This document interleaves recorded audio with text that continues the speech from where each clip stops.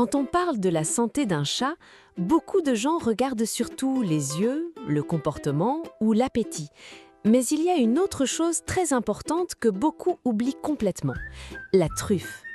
Cette petite partie du nez du chat paraît anodine. Pourtant, elle peut révéler énormément d'informations sur son état général, son environnement et parfois même certains problèmes de santé. Et il existe énormément d'idées reçues autour de ça. Par exemple, beaucoup pensent qu'une truffe humide signifie automatiquement qu'un chat est en parfaite santé, alors qu'une truffe sèche voudrait forcément dire qu'il est malade. Mais en réalité, c'est beaucoup plus complexe que ça. La truffe d'un chat en bonne santé est généralement légèrement humide. Cette humidité n'est pas là par hasard. Elle permet au chat de mieux capter les odeurs autour de lui. Les molécules odorantes adhèrent beaucoup plus facilement sur une surface humide, ce qui améliore énormément les capacités olfactives du chat. Et quand on sait à quel point l'odorat est important pour lui, on comprend pourquoi cette humidité joue un rôle essentiel dans sa perception du monde. Parce que le chat vit énormément à travers les odeurs. Il reconnaît les personnes, les lieux, les objets et même son environnement grâce à elles. Son nez est donc un outil extrêmement important dans son quotidien. Cette légère humidité est maintenue naturellement grâce à de petites sécrétions nasales, mais aussi grâce à la salive quand le chat se toilette. Et c'est là qu'il faut faire attention. Une truffe légèrement humide est normale, mais un écoulement abondant ne l'est pas. Si le nez de ton chat commence à couler régulièrement, surtout avec des éternuements fréquents, cela peut être le signe d'un problème respiratoire. Par exemple, une infection des voies respiratoires supérieures causée par un virus.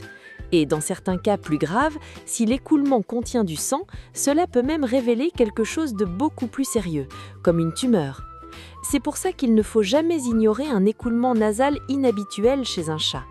Et si ça arrive, il est important d'observer plusieurs choses avant la visite chez le vétérinaire. La quantité de l'écoulement, sa couleur, sa viscosité, la présence éventuelle de sang, mais aussi le moment où les symptômes sont apparus. Tous ces détails peuvent aider énormément à comprendre l'origine du problème. Mais il existe aussi l'inverse, la truffe sèche. Et là encore, beaucoup de gens paniquent immédiatement. Pourtant, une truffe sèche ne veut pas forcément dire qu'un chat est malade. Quand un chat dort, sa truffe peut devenir temporairement plus sèche simplement parce qu'il ne se lèche pas pendant un moment. Mais si cette sécheresse devient fréquente ou inhabituelle, cela peut révéler autre chose. Par exemple, un chat peut avoir la truffe sèche à cause d'un air ambiant trop sec. Et ça, beaucoup de gens n'y pensent jamais. En hiver, notamment avec le chauffage, l'air dans certaines maisons devient extrêmement sec. Ce manque d'humidité peut dessécher les muqueuses du chat, y compris celles liées à l'odorat. Et quand ces muqueuses deviennent trop sèches, cela peut fragiliser son système respiratoire et favoriser certains problèmes, comme les gros rhumes ou les infections. Dans certains cas plus graves, si l'air ambiant trop sec n'est pas traité, cela peut même conduire à des épistaxis, c'est-à-dire des saignements de nez. Et il faut aussi veiller à ce que le chat boive suffisamment. Un chat légèrement déshydraté peut avoir la truffe plus sèche que d'habitude. Le problème, c'est que beaucoup de chats ne boivent pas assez naturellement. Donc certains propriétaires essayent de rendre l'eau plus attirante. Par exemple en modifiant légèrement sa température ou en utilisant des fontaines à eau, parce que le mouvement attire souvent davantage les chats.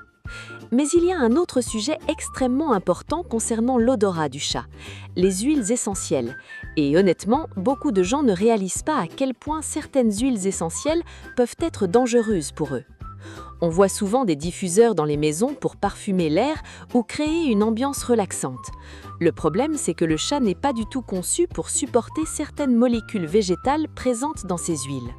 Quand un diffuseur fonctionne dans une pièce, les particules se déposent progressivement sur le pelage du chat.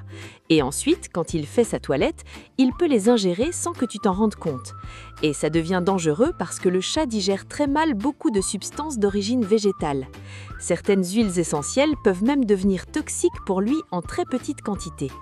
Ce qui est impressionnant, c'est qu'il faut une énorme quantité de plantes pour produire seulement quelques millilitres d'huile essentielle.